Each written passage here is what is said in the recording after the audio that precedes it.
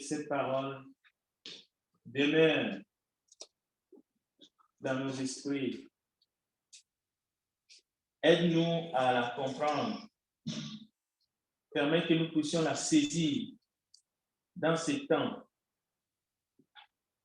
afin que nous puissions véritablement vivre pour toi et chercher toujours à faire ta volonté.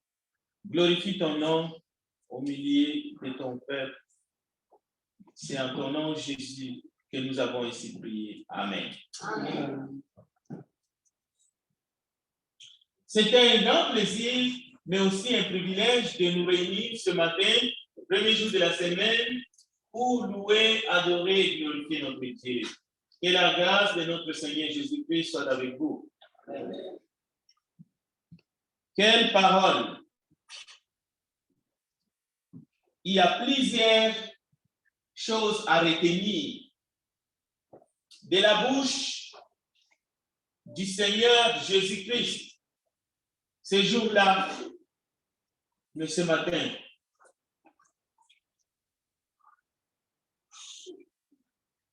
L'architecture, la manière que les temples avaient été bâtis, c'était sur ordre de l'Éternel. Il y avait de l'or, il y avait toutes sortes de matières précieuses.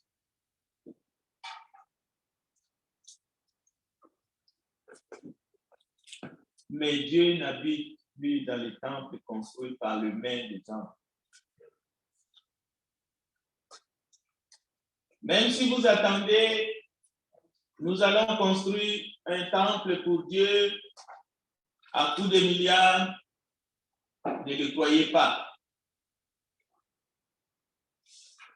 On peut se réunir dans un lieu, dans une salle, on peut avoir un local qui appartient à la congrégation. Oui, c'est un lieu pour s'assembler, mais ce n'est pas le temple. Il y a un temple. Et ce temple avait été détruit et c'est fini. Même les rideaux étaient déchirés à l'intérieur. Maintenant, il n'est plus question d'adorer Dieu à un lieu donné à Jérusalem ou je ne sais pas où.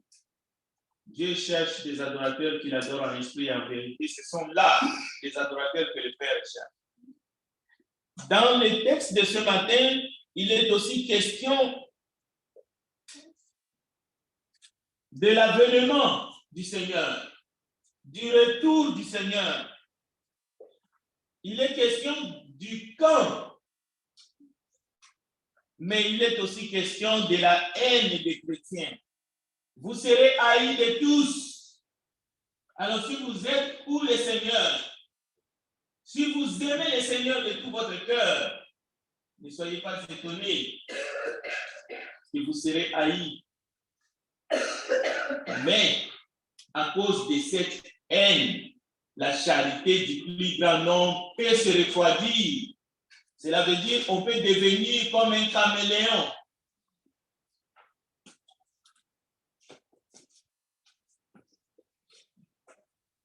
Il est question de guerre, de bruit de guerre, des familles. Et cela nous interpelle, même des pandémies. Mais le verset 14 se termine. Cette bonne nouvelle du royaume sera prêchée dans le monde entier pour servir de témoignage à toutes les nations. Alors viendra la fin. La bonne nouvelle doit être prêchée par qui? Le verset 13 répond. Par celui qui persévérera jusqu'à la fin et qui sera sauvé. Celui-là a la grande mission, a reçu la grande commission pour témoigner, pour prêcher la bonne nouvelle jusqu'aux extrémités de la terre. Celui qui ne persévère pas ne le fera pas.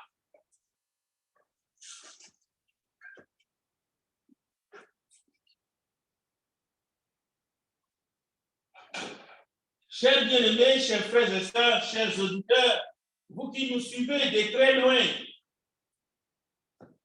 ces paroles du Seigneur retentissent dans nos cœurs, comme dans les vôtres. Il est important de réfléchir sur ces paroles, de réfléchir sur tout ce qui se passe actuellement dans ce monde. Oui, au 1er siècle, 30 ans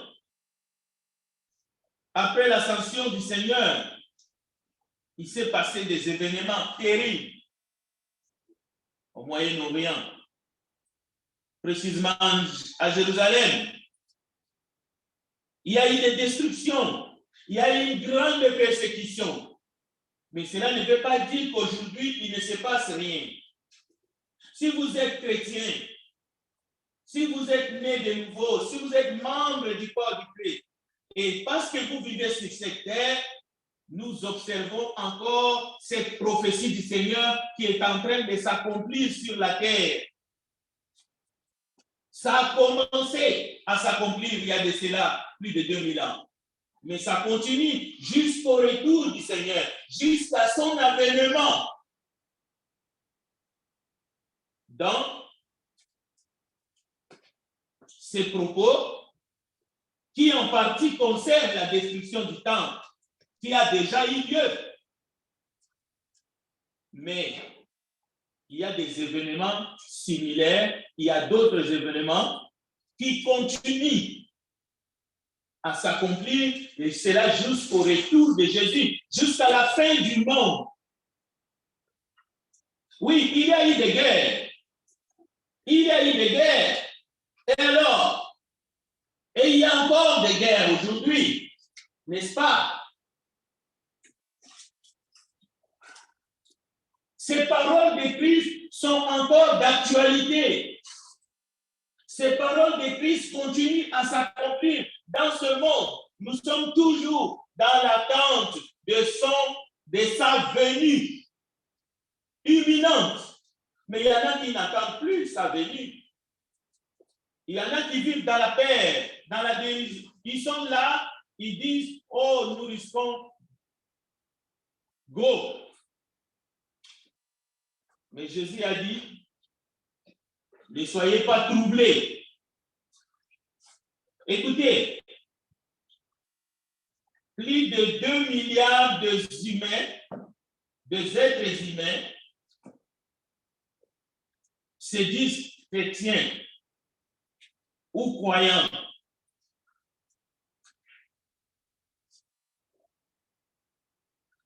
Pour ceux qui se disent chrétiens, ils sont des milliards. Mais le problème, c'est que ils sont dispersés dans plusieurs groupes appelés confessions religieuses. Tous affirment suivre Jésus-Christ. Alors que chacun enseigne une doctrine qui contredise l'autre.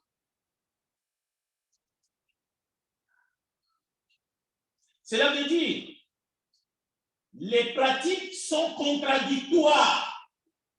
Alors, il est temps pour que nous puissions y réfléchir.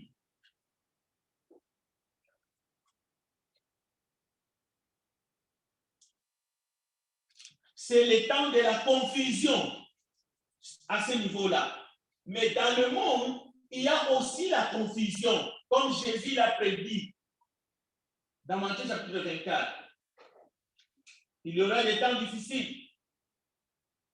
Alors, lorsque les temps sont mauvais, les sages ne devraient-ils pas réfléchir? Pourquoi le monde est-il agité? Amos chapitre 5, verset 13. Écoutez, il y a des choses qui doivent se produire. Quoi qu'il en résulte, malheureusement, de souffrance pour le monde. Il y a des choses qui doivent arriver, qu'on le veuille ou non. Parce que cela a été prédit.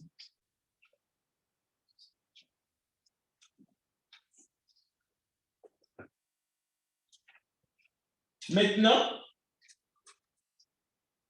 vous allez quitter ce matin cette salle, vous rentrez chez vous, vous vous asseyez au salon, vous ouvrez votre radio, vous ouvrez votre téléviseur, vous prêtez l'oreille et vous allez entendre des choses.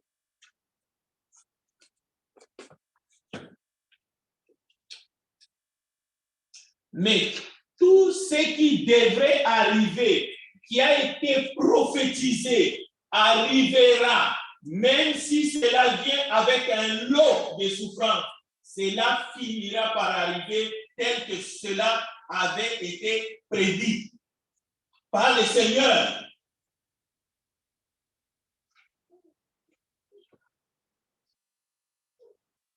Donc, à nous, à vous, de choisir, de retenir ce qu'on vous raconte, ou plutôt de retenir les paroles du Seigneur Jésus-Christ, telles que nous venons de l'entendre ce matin.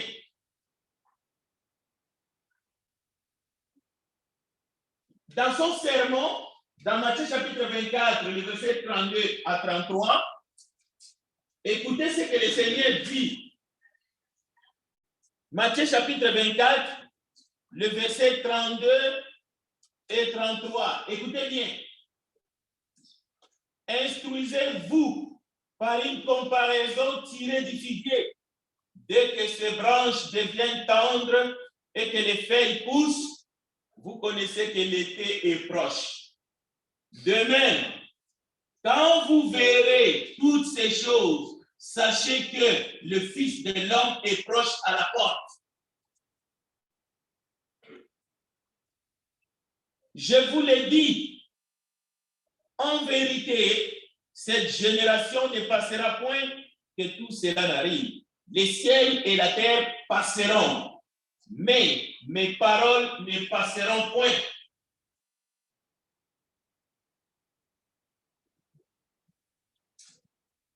Qu'avez-vous décidé de retenir les paroles de Christ ou ce qu'on nous raconte matin, midi, soir dans les nouvelles, dans nos journaux, dans les télévisions, et il y en a maintenant qui vivent dans la peur. Oui, nous attendons le retour du Seigneur.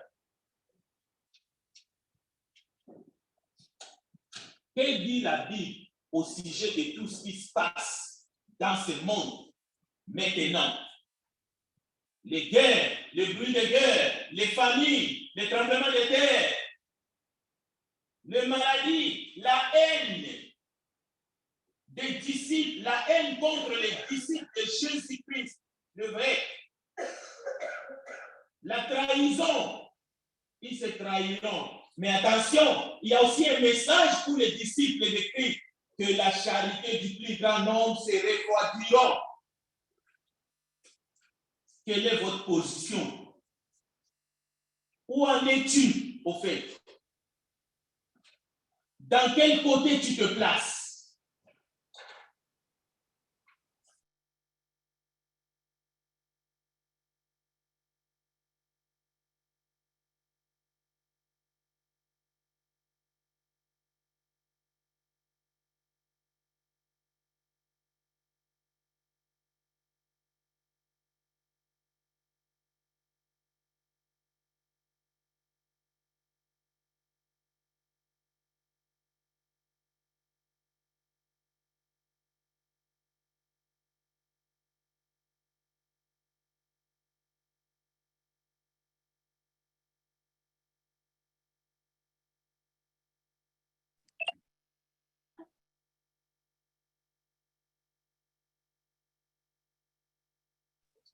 Oui, nous voyons le désespoir, nous voyons la souffrance, nous voyons que les choses vont de mal en pire. L'avenir n'est pas prometteur, du moins sur le plan humain. Les gens, d'une manière générale y compris nous qui sommes ici dans cette salle, nous aspirons à la paix sur la terre. Mais Jésus nous promet une paix éternelle.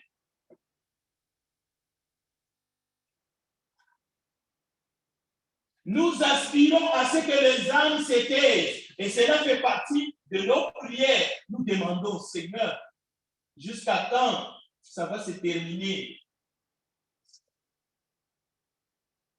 Mais qu'est-ce que Jésus a dit? Les événements tragiques se succèdent.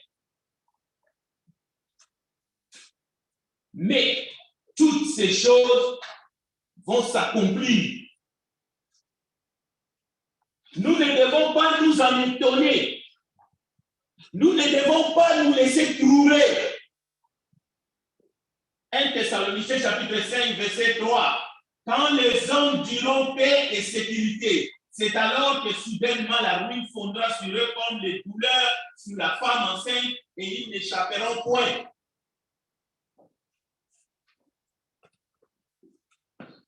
La Bible dit, pour ce qui concerne l'avènement de notre Seigneur Jésus-Christ et notre réunion avec lui, nous vous prions, frères, de ne pas vous laisser facilement ébranler dans votre bon sens et de ne pas vous laisser troubler soit par quelques inspirations, soit par quelques paroles ou par quelques lettres qu'on dirait venir de nous, comme si les jours du Seigneur étaient déjà là. Que personne ne vous séduise d'aucune manière, car il faut que l'apostasie soit arrivée auparavant, qu'on ait vu paraître l'homme du péché, le fils de la perdition, l'adversaire qui s'élève au-dessus de tout ce qu'on appelle Dieu ou de ce qu'on adore, jusqu'à s'asseoir dans le temple de Dieu, se proclamant lui-même Dieu. Voilà ce que la parole nous donne comme avertissement. Aujourd'hui, nous n'adorons pas par rapport à un lieu, mais nous adorons Dieu en esprit et en vérité. Lorsque vous verrez que notre adoration est réclamée, quelqu'un réclame qu'il soit adoré comme Dieu, alors sachez que le moment est venu. Le plus grand danger qui nous guette comme disciples du Seigneur, c'est de se laisser influencer par le discours des incroyants. Et en particulier les médias. Ils racontent tout. Ils bouleversent les familles. Ils bouleversent les esprits. Vous entendrez parler de guerre et de bruits de guerre. Gardez-vous d'être troublés. Car il faut que ces choses arrivent. Il faut que ces choses arrivent. Mais ce ne sera pas encore la fin. Ce ne sera pas encore la fin. Il faut que ces choses arrivent.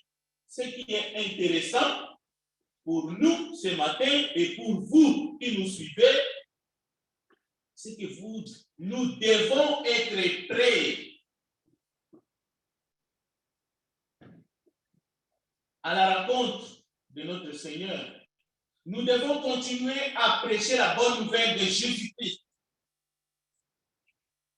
Nous devons sortir de la foi qui vacille. Nous ne devons pas défendre ce qui n'est pas défendable. Nous devons sortir de la fausse science. Nous devons être prêts pour que quand le Maître viendra, que nous soyons véritablement prêts à sa rencontre. Voilà ce que Matthieu 24 nous enseigne. Mais tout ce que nous avons vécu ces 2 dernières années ne nous enseigne pas. Écoutez, plus de 6 millions de personnes sont mortes par la pandémie du COVID-19. Plus.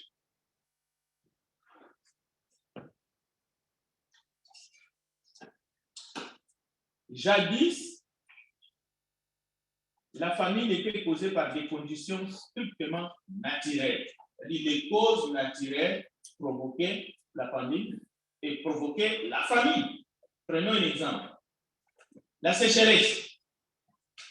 La carence de pluie faisait que on ne produisait pas assez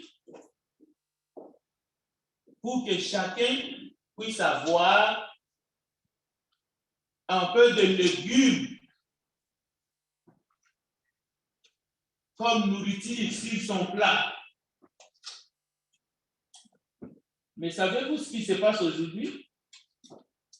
L'être humain a démontré qu'il était capable d'engendrer la famille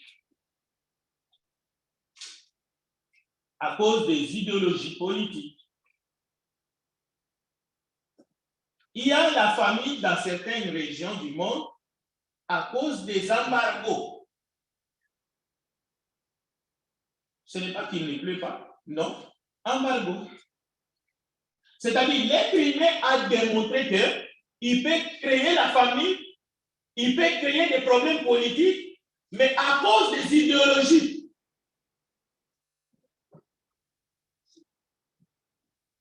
L'être humain a démontré qu'il peut déverser des déchets toxiques qui tuent le poisson, qui détruisent complètement la forêt, et même les animaux sauvages sont en péril, au fait qu'ils sont massacrés, et cela crée la famine, au fait, dans le monde. Mais dans les temps, le roi Salomon disait, quand le ciel sera fermé, quand il n'y aura plus de pluie à cause de leurs péchés, ils prieront, tu ouvriras les cieux et les gens auront à manger. Mais l'homme a dévancé Dieu. Voilà ce qui se passe aujourd'hui dans notre monde. Et il y a des exemples, même dans la Bible, où l'Éternel utilise comme un outil, comme un pédagogue, que ce soit la famille ou d'autres choses, pour faire que le peuple rebelle puisse revenir à lui. Vous pouvez seulement penser à Élie, lorsqu'il a prié qu'il n'y ait ni rosée ni pluie. Le roi Achab est devenu fou.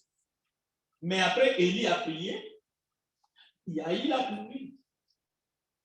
Le peuple s'est réjoui.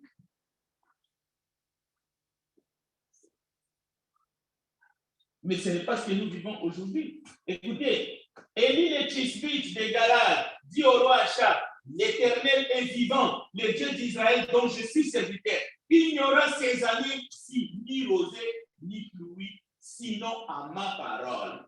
1 Roi chapitre 17, verset 1er.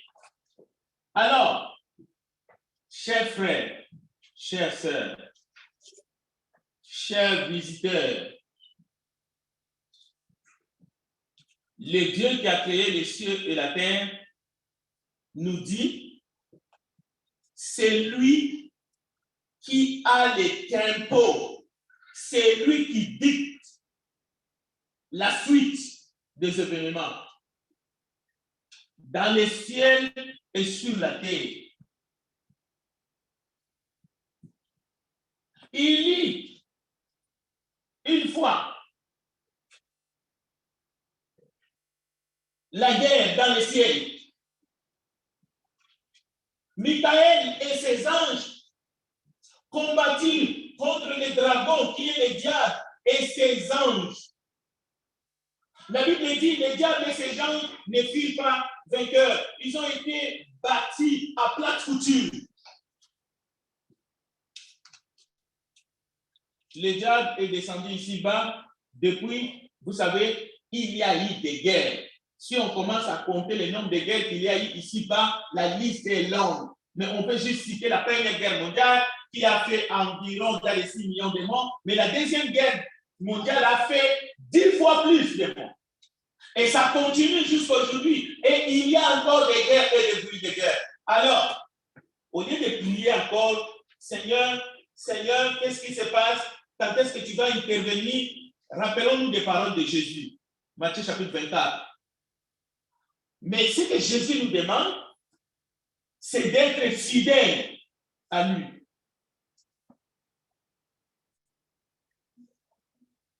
Parce que lorsque Dieu a intervenu en Égypte antique pour que le pharaon de l'époque puisse libérer son peuple, vous savez comment est-ce qu'il a intervenu? Avec les 10 plaies.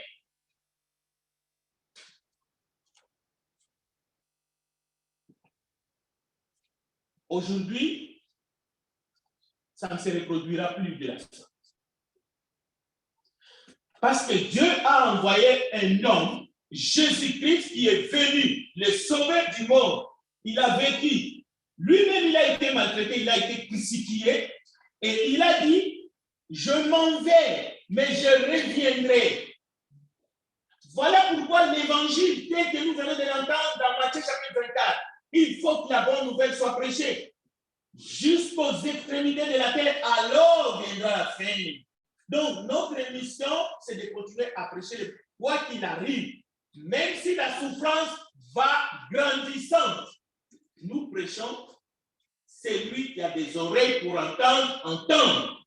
La Bible dit, afin que quiconque croit ne périsse point, mais qu'il ait la vie éternelle. Cela veut dire, c'est lui qui ferme son cœur, c'est lui qui ne veut pas croire. Mais écoutez, nous n'avons que nos yeux pour faire comme Paul, pour faire comme Pierre, c'est-à-dire insister et insister encore, persuader, afin que chacun puisse mettre sa vie en ordre, puisse se confier en Dieu, puisse se cacher dans le sang de Christ, afin que lorsqu'il reviendra, nous soyons avec lui. Mais la puissance du mal ne fera que grandir, que personne ne vous trompe. Ne soyez pas troublés par les nouvelles. L'épée, il va y en avoir entre les hommes, mais c'est une fausse paix. Les eaux du Nil transformées en sang, l'invasion des grenouilles, les moustiques et les coups, les mouches et les taons, la destruction des troupeaux. Et on continue. Les ténèbres s'est abattues en Égypte. L'obscurité. Et ce monde aujourd'hui gît dans l'obscurité des ténèbres. Il y a eu la mort de tous les premiers-nés des Égyptiens. Mais malgré tout cela, ils ont fini quand même une grande partie dans la mer Rouge. Les armées de Pharaon, ils ont terminé leur course dans la mer Rouge. Mais à cause de la folie d'une seule personne, Pharaon, toute l'Égypte a été frappée de 10 plaies. Et aujourd'hui, nous en sommes là. Le monde est sous la puissance du malin. Et nous, chrétiens, nous devrions savoir quelle est notre mission, quel est le but de notre existence. Vous serez haïs. Il y a la haine des chrétiens maintenant dans le monde entier. Et si vous êtes réellement chrétien, vous serez persécutés. Mais tenez bon. Tenez bon, parce que si vous vous refroidissez,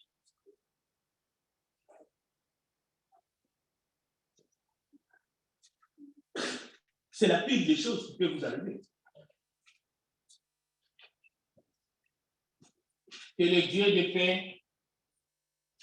de paix vous sanctifie lui-même tout entier et que tout votre être, l'esprit, l'âme et le corps soient conservés irrépréhensibles lors de l'avènement de notre Seigneur Jésus-Christ. C'est lui qui vous a appelé et fidèle et c'est lui qui le fera. Que Dieu bénisse sa parole. Amen. Nous allons chanter les chants d'appel et nous allons prier, demander à Dieu de nous aider et de nous fortifier justement pour faire sa volonté.